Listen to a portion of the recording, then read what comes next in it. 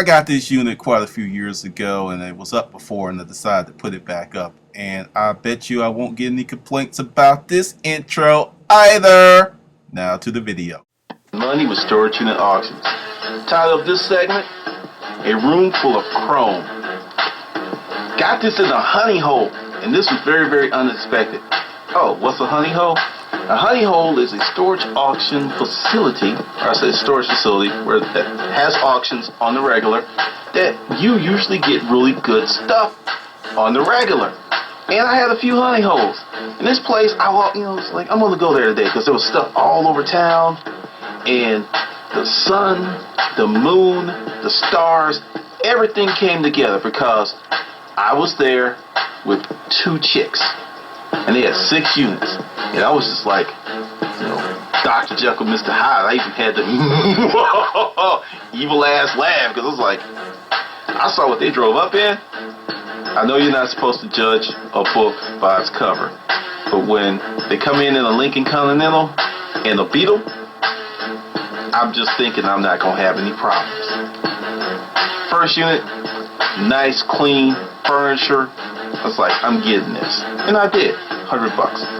Second unit, same thing. And then the women were like, you just can't buy everything. And I was like, damn, Skippy. I am. Because this is a great opportunity. It's me against you two. And you don't know what you're doing. So, we kept going. And the auction people were like happy. It was like, yeah, because, he cleans the stuff out here. And we're just going. Then we get to this huge unit. Huge. And it wasn't like stanky, it was more like stinky. Just opened up the door and this little smell came out.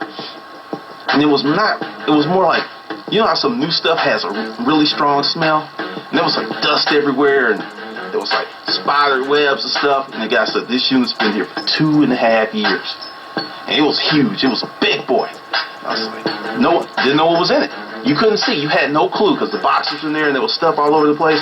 And I could tell no one had been in there. And I was like, I'm a gambler. So I'm like, I'm going to get this one too. And then the little lady, she's like, I had enough. I'm going to bid. I don't know what that stuff is. I'm going to bid too. Go ahead. Go for what you know. Go ahead, Grandma. Bring it. And she did. She's like, $100. I'm like, $120. You're like, $200. I'm like, $220. $300. I'm like, oh hell, here we go. All right, $400. Then Grandma like a little lip. She's like, I want a unit. That's the look she had in her face, but she wasn't getting it. Not that day. And the guy was going once, going twice. Shut the door because I got the other unit so cheap, it didn't matter. The first unit I bought, if the crew had been around, easily $800. Easily. So I'm like, whatever. I'm like, what? I'm at, $700? I've got 4 units? Last 2, got those 2. Spent less than a G. I guess she knew. They were all good, i.e. I made money. Now, getting back to the big boy. I sometimes load the worst unit first.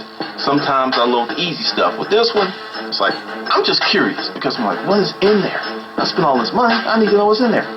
So I come back because I'm like, I'm good. I got 6 units for that money. I was like, go ahead and get this stuff loaded and get it in the sales channel. So we come back with the guys. I got 2 trucks because there's a lot of stuff. And I was like, let's just attack the big boy first. I want to know what's in there. So we get in there, get to the boxes, and it's a rim shop. Not just a regular rim shop, but the big boy rim shop. A lot of times you'll see rims in units, but you'll see, red-headed stepchildren. That's an orphan. 3 units are, so you'll see like maybe 3 rims, and they'll be missing very critical stuff. Maybe missing the hubs, the lugs, but you can get that stuff if you know where to get it. But this was, I'm so glad I bought that unit. Because, here's a little rimology for you. There's this cheap Chinese stuff, get offended if you want, which will break, dent, you hit a curb, it may deteriorate on you. Then there's that lovely stuff, forged.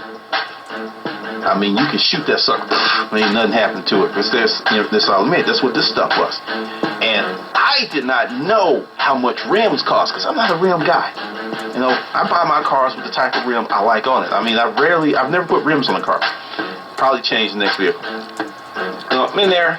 I was like, okay. So I go online and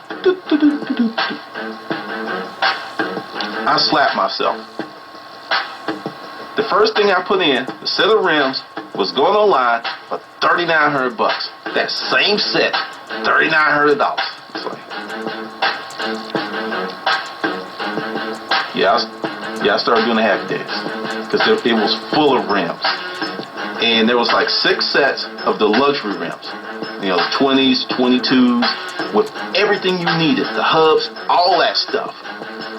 I was just like, man, made lots of loot on that room. Lots of loot. Now the thing is with rims, everyone's like suspicious when they come into your store. It's like, what's the offset? I'm like, I didn't know. But this, everything I needed. Offsets, manifest. Why it went up? I don't know. And he even had one set of spinners in there from back in the day. The real spinners are crazy expensive. I mean, he had like receipts where people had paid 8, 9, 10 grand for a set of rims, not including the tires. I was like, what is going on with this stuff? And we're getting there, pulling out rims. Took me about 6 months to sell them, around 12 grand.